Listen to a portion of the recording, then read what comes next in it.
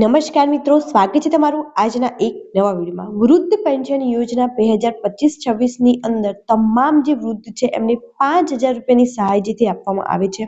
તો આજના આ વિડીયો આપણે એ જોવાના છીએ કે તમે આ સહાય જે છે તે કઈ રીતે મેળવી શકો છો, શું તમારે પ્રોસેસ કરવાની રહેશે અને તમારે કઈ રીતે બધી જ પ્રોસેસ કરવાની રહેશે। તો વિડીયોમાં લાસ્ટ સુધી જરૂરથી બન્યા રહો જેથી તમને આની સંપૂર્ણ માહિતી જે છે તે મળી રહે।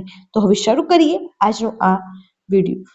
આની અંદર આપણે વૃદ્ધ પેન્શન યોજના વિશે વાત કરવાની છે, જે ડાયરેક્ટ બેંક એકાઉન્ટની અંદર જમા થઈ જશે। આની અંદર મેક્સિમમ 5,000 રૂપિયાની સહાય મળવા પાત્ર રહે છે। ત્યારબાદ વાત કરીએ તો અટલ પેન્શન યોજનાને વર્ષ 2031 સુધી જે છે તે લંબાવી દેવામાં આવી છે।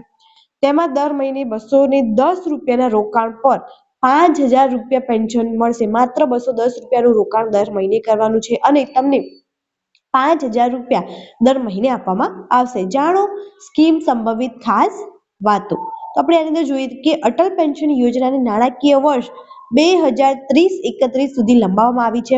આ રોજ એટલે કે 21 જાન્યુઆરીના રોજ યોજાયેલી કેન્દ્રની કેબિનેટ એટલે 21 જાન્યુઆરી કેન્દ્રની કેબિનેટ યોજવામાં આવી હતી, જેમાં લંબાવવાની મંજૂરી આપી દેવામાં આવી છે। આ યોજના હેઠળ 60 વર્ષના થવા પર દર મહિને 1,000 થી લઈને 5,000 રૂપિયાનું પેન્શન જે છે મળવા પાત્ર રહે છે। આ સ્કીમ મે 2015 ના રોજ શરૂ કરવામાં આવી હતી। 20 વર્ષ માટે કરવું પડે છે રોકાણ અને તમારે મિનિમમ 20 વર્ષ માટે રોકાણ કરવું પડશે।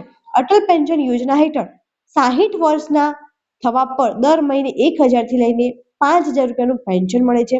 તેમાં 18 થી લઈ 40 વર્ષ સુધીના વ્યક્તિ જે છે તે રોકાણ કરી શકે છે।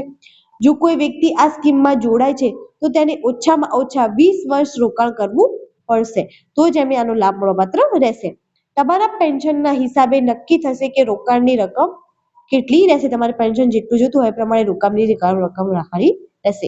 આ યોજનામાં રોકાણ માટે તમારી રકમમાંથી કેટલું કપાશે એ વાત પર નિર્ભર કરશે કે તમે નિવૃત્ત પછી કેટલું પેન્શન ઈચ્છો છો। દર મહિને 1 થી 5,000 રૂપિયા પેન્શન મેળવવા માટે સબસ્ક્રાઇબરને દર મહિને 42 થી લઈ 210 રૂપિયા સુધીનું ચૂકવવા પડશે। આ 18 વર્ષની ઉંમરે સ્કીમ લેવા પર થશે। 18 વર્ષથી સ્કીમ લેવાનું ચાલુ કરશો તો તમારે આટલા રૂપિયા ચૂકવવાના રહેશે।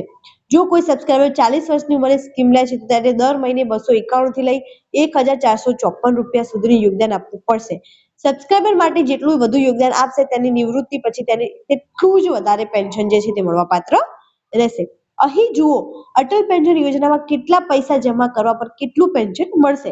જો 18 વર્ષનો કોઈ વ્યક્તિ દર મહિને 42 રૂપિયા જમા કરે તો તેને 60 વર્ષ પછી દર મહિને 1,000 રૂપિયા પેન્શન મળશે।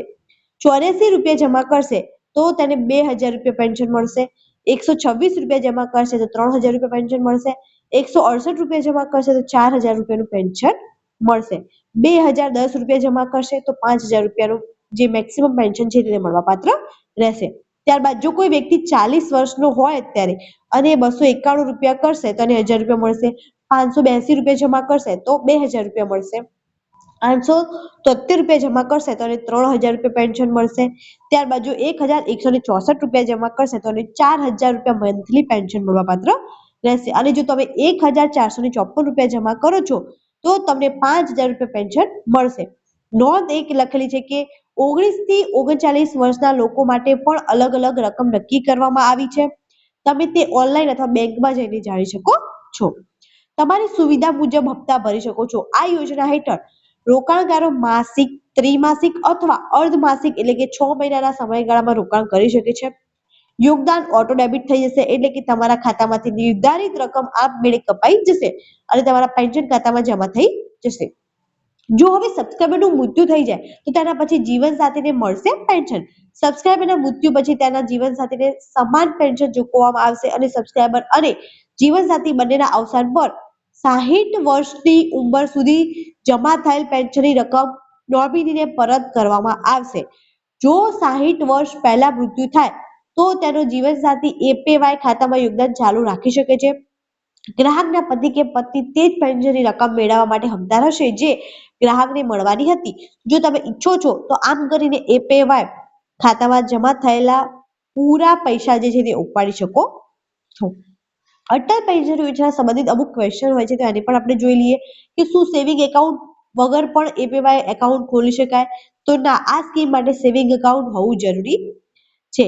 માસિક યોગદાનની તારીખ કેવી રીતે નક્કી કરી શકાય અથવા થાય? તો પ્રથમ રોકાણની તારીખના આધારે તે નક્કી કરવામાં આવે છે. શું સબસ્ક્રાઇબરને નોમિની રાખવો જરૂરી છે? તો હા, નોમિની રાખવો જરૂરી છે. અટલ પેન્શન યોજના કેટલા એકાઉન્ટ ખોલી શકાય છે?